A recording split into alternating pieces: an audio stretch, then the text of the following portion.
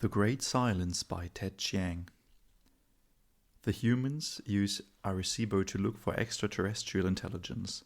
The desire to make a connection is so strong that they have created an ear capable of hearing across the universe. But I and my fellow parrots are right here. Why aren't they interested in listening to our voices? We're a non-human species capable of communicating with them. Aren't we exactly what the humans are looking for? The universe is so vast that intelligent life must surely have arisen many times. The universe is also so old that even one technological species would have had time to expand and fill the galaxy. Yet there is no sign of life anywhere except Earth. Humans call this the Fermi paradox. One proposed solution to the Fermi paradox is that intelligent species actively try to conceal their presence to avoid being targeted by hostile invaders. Speaking as a member of a species that has been driven nearly to extinction by humans, I can attest that this is a wise strategy. It makes sense to remain quiet to avoid attracting attention. The Fermi paradox is something known as the Great Silence. The universe ought to be a cacophony of voices, but instead is disconcertingly quiet. Some humans theorize that intelligent species go extinct before they can expand into outer space.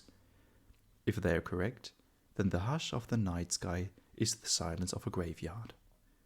Hundreds of years ago, my kind was so plentiful that Rio Abajo forest resounded with our voices. Now we're almost gone. Soon this rainforest may be as silent as the rest of the universe. There was an African grey parrot named Alex. He was famous for his cognitive abilities. Famous among humans, that is.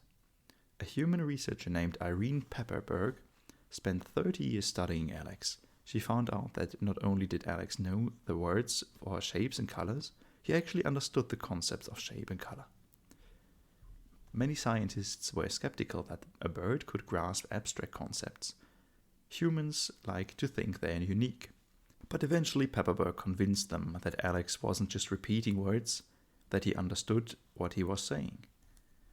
Out of all my cousins, Alex was the one who came closest to being taken seriously as a communication partner by humans. Alex died suddenly when he was still relatively young. The evening before he died, Alex said to Pepperberg, "You be good, I love you."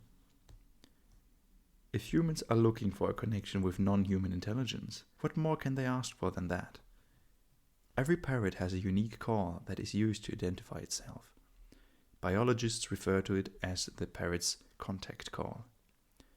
In 1974, astronomers used Arecibo to broadcast a message into outer space intended to demonstrate human intelligence. That was humanity's contact call. In the wild, parrots address each other by name.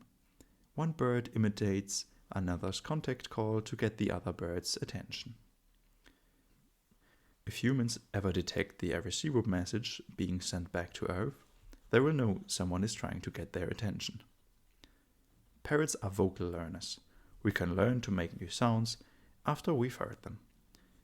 It's an ability that few animals possess. A dog may understand dozens of commands, but will never do anything but bark. Humans are vocal learners too. We have that in common. So humans and parrots share a special relationship with sound. We don't simply cry out, we pronounce, we enunciate. Perhaps that's why humans built Arecibo the way they did. A receiver doesn't have to be a transmitter, but Arecibo is both. It's an ear for listening and a mouth for speaking. Humans have lived alongside parrots for thousands of years, and only recently have they considered the possibility that we might be intelligent. I suppose I can't blame them. We parrots used to think humans weren't very bright. It's hard to make sense of behavior that's so different from our own. But parrots are more similar to humans than any extraterrestrial species will be, and humans can observe us up close. They can look us in the eye. How do they expect to recognize an alien intelligence if all they can do is eavesdrop from 100 light years away? It's no coincidence that aspiration means both hope and the act of breathing. When we speak, we use the breath in our lungs to give our thoughts a physical form. The sounds we make are simultaneously our intentions and our life force. I speak, therefore I am. Vocal learners, like parrots and humans, are perhaps the only ones who fully comprehend the truth of this. There's a pleasure that comes with shaping sound with our mouth. It's so primal and visceral that throughout their history, humans have considered the activity a pathway of the divine. Pythagorean mystics believed that vowels represented the music of the spheres and chanted to draw powers from them. Pentecostal Christians believe that when they speak in tongues, they are speaking the language used by angels in heaven. Brahman Hindus believe that by reciting mantras, they are strengthening the building blocks of reality. Only a species of vocal learners would ascribe such importance to sound in their mythologies. We parrots can appreciate that. According to Hindu mythology, the universe was created with a sound, Om. It is a syllable that contains within it everything that ever was and everything that will be.